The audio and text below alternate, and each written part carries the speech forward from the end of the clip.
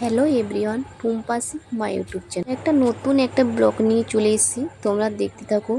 আজকের ব্লগটা আলাদা রকম হবে। আজকে কিন্তু আমি সকাল সকাল ব্লগটা স্টার্ট করছি। তো তোমাদেরকে দেখাবো আমাদের ছাদের চারিপাশে কি কি আছে। দেখতে থাকো তোমরা, ভিডিওটা খুব ভালো লাগে। তোমরা দেখতেই পাচ্ছ আমার বাড়ির সামনে কি আছে, সবুজ মাঠ। এগুলা আমাদেরই জমি।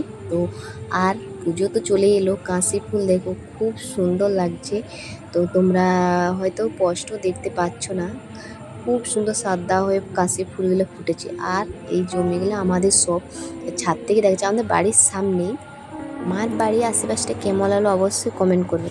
হয়তো তোমরা স্পষ্টভাবে দেখতে পাও না, কিন্তু আমি আরেকদিন আরেকটা ব্লগে দেখিয়ে দেবো কেমন আমাদের গ্রামটা, কিংবা আমার বাড়ির সামনে কি আছে না আছে সব পুরোটাই দেখিয়ে দেবো। তো আজকে দেখালাম, কিন্তু খুব সুন্দর কাশি ফুল ফুটেছে। যেটার জন্য ব্লগটা তৈরি করা অবশ্যই দেখতে পাচ্ছ। আমি পেঁয়াজ বাটছি। সবুজ টুকুটা দেখলে কি বলতো, উচ্ছে পাতা। আজকে উচ্ছে পাতা দিয়ে ল্যাঠা মাছের ঝাল হবে। তোমরা হয়তো কোনোদিন শোনোনি কেন উচ্ছে পাতা দিয়ে ল্যাঠা মাছের ঝাল হয়। আমাদেরকে বলেই দিচ্ছি কেন উচ্ছে পাতা দিয়ে আমি রান্না করব। তো মাছটা হাঁড়ির মধ্যে জাগানা ছিল, তো মারা গেছে, মানে মরে গেছে আর কি। সে রাত্রে মরে গেছে, তাই উচ্ছে পাতা বেটে তাকে রান্না করব ল্যাঠা মাছের ঝাল। প্রথমে আমি তেল দিয়েছি, তারপর দিয়েছি সরষা বাটা। শুধু সরষা বাটা দিয়ে রান্না করব, তো সরষা বাটা, তারপর উচ্ছে পাতা দিয়েছি।